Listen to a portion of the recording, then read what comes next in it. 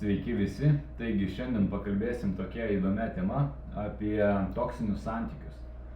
Ja nusprendžiau kalbėti dėl to, kad nusipirkau ir pradėjau tokią kaip hipnozę, kaip kursus ir ten buvo pasiūlymas pasidaryti tokią grupelę atskaitomybės partnerius, kad 2-3, kad galėtum planuotis, įsipareigoti, kažką vykdyti ir kilti į viršų. Taip yra todėl, kad žmogui reikia atskaitomybės, kad turėtų susirašęs, kad turėtų kažkam atsiskaityti visą kitą. Taip yra darbe, taip esame įpratę ir tai tiesiog gerai veikia mūsų smegenis, mūsų motyvacinę sistemą ir visą kitą.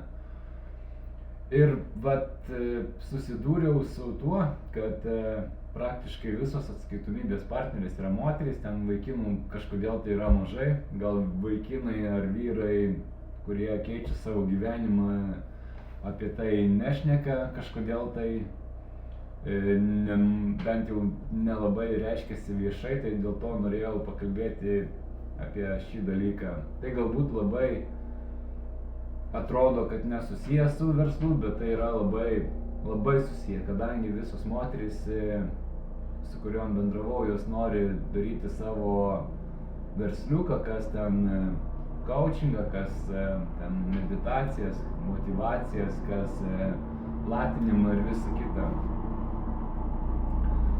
Ir pas jas visas praktiškai yra toksiniai santykiai. Tai yra arba vyras toks yra labai griežtas ir vadovauja viskam ir neleidžia niekur daryti, jokių kursų visą kitą. Arba kas dar yra blogiau, kai vyras yra alkoholikas. Tai yra pats baisiausias dalykas, kas gali būti. Kai kuriais atvejais mano pažįstamų tarpe yra tai, kad agresorius ir tas toksinis žmogus yra moteris. Tai nepriklauso nuo lyties ar vyras ar moteris, vis gali būti tas toksinis žmogus. Ką tokiu atveju daryti? Mano dabar čia labai artima draugė, kuri labai stipri ir psichologija ir pati padeda žmonėm, pati buvo tokiuose santykiuose ir dažniausiai yra išeitis tokia, kad reikia atsisveikinti su tuo žmogum. Realiai iš tikrųjų yra kelios priežastys, kodėl taip įsitraukiama į tuos toksinius santykius, bet iš jų ištrūkti yra keli variantai. Vienas variantas tiesiog nutraukti tokius santykius, išsiskirti.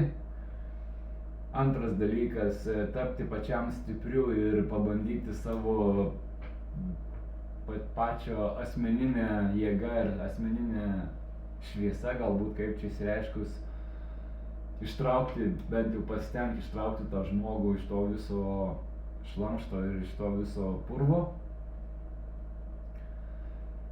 Trečias dalykas, tiesiog susitaikyti ir gyventi taip toliau. Ir tikriausia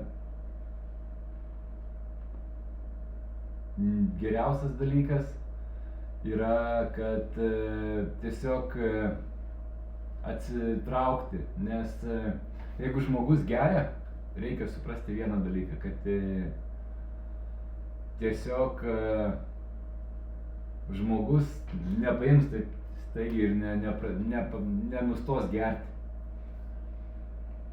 Tiesiog taip yra, aš pats mečiau gerti labai daug kartų ir man buvo labai sunku, aš daug kartų bandžiau, daug kartų klydau ir realiai kai pavyko, tiesiog tai paėmė ir išnyko.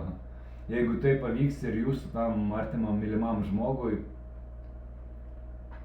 tai bus labai puiku, labai faina, bet tai būna retai ir vis tiek būna tas laikotarpis, kai lomkės, kai laužo, kai sunku ir visa kita.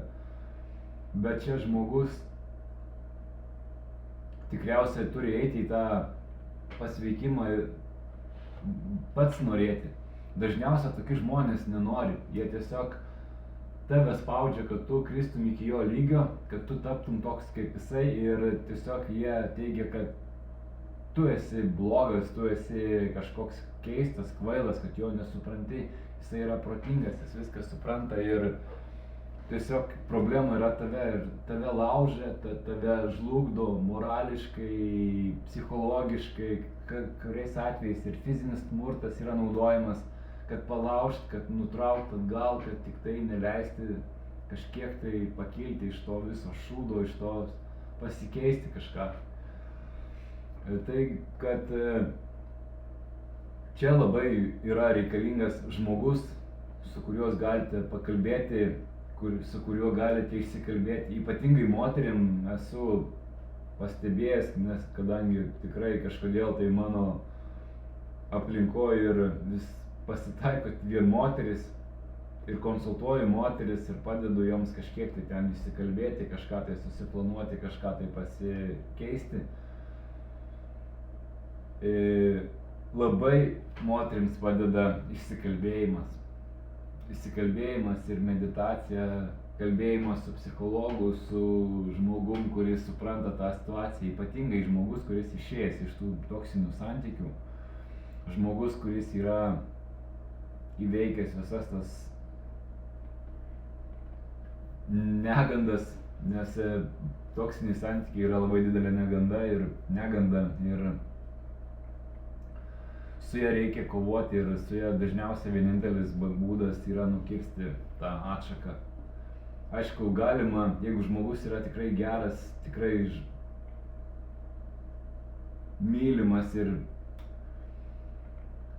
kuris tikrai jums daug reiškia, tikrai, kad yra meilė, kur yra daug visko faina, gražu, bet jeigu galima kovoti dėl to žmogaus, bet jeigu žmogus yra piktybinis ir jisai matot, kad nesistengia ir dar labiau žlunga ir traukia viską jūs, vaikus ir šeimą ir visą kitą, tai bent jau reikėtų atsitolinti, išeiti dar kažkur, tai atsidėti pinigų, dar kažką tai ir pasidaryti taip, kad to žmogaus neliktų jūsų gyvenime.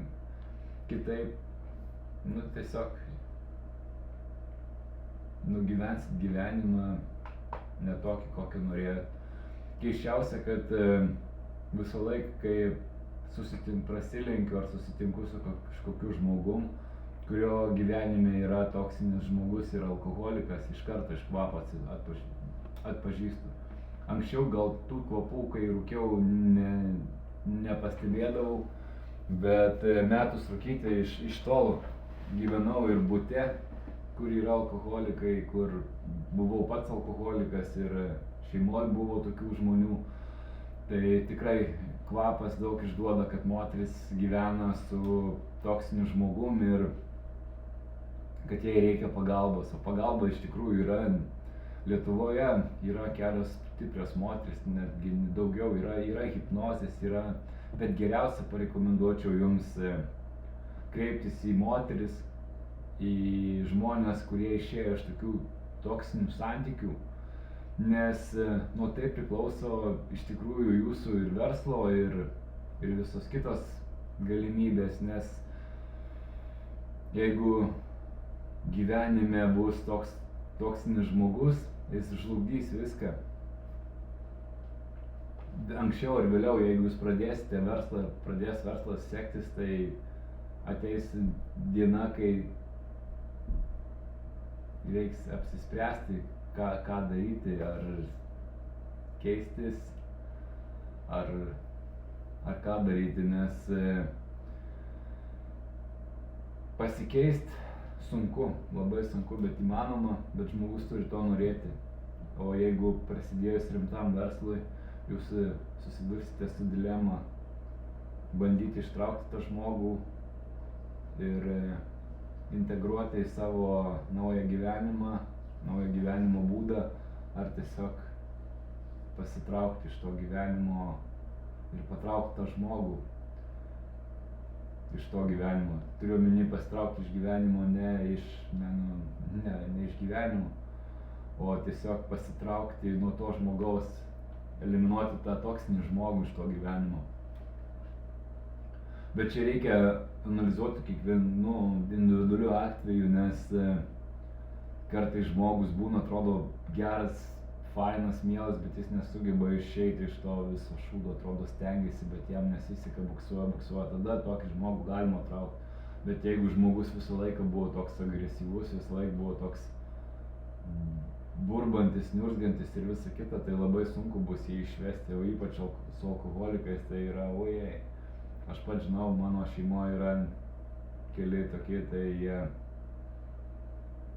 labai tokie įdomus žmonės, apie juos nenorėčiau net kalbėti, nes tai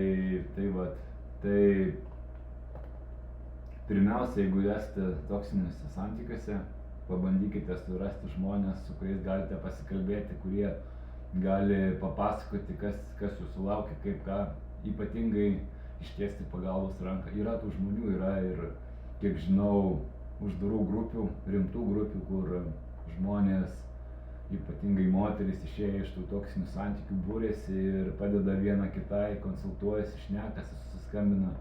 Ta pagalba, ta parama yra labai svarbi ir reikalinga, be jos, ko gero, bus labai sunku. Taigi šiam kartui tiek, jeigu kils klausimų ar kažkokių tai norėsite patarimų ar suvesti su žmonėm, kurie gali jums padėti, kurios gali jums patarti, rašykite, komentuokite, spauskite, dalinkitės, jeigu kažkam tai padės. Nesiekiu aš ten labai didelių tokių reitingų su tokiais dalykais, tokiais video, nes tai yra labai, iš tikrųjų, tai jeigu paėmus taip atvirai, tai yra žvėriškas dalykas, tai yra baisus labai dalykas. Labai daug matau žmonių, matau ypač moterų, vyrų, kurie yra įstrigę toksiniuose santykiuose. Nuostabūs žmonės, šilti, atviri, geri, superinės idėjos, viską, bet vat šalia yra toks žmogus, kuris žlugdo viską.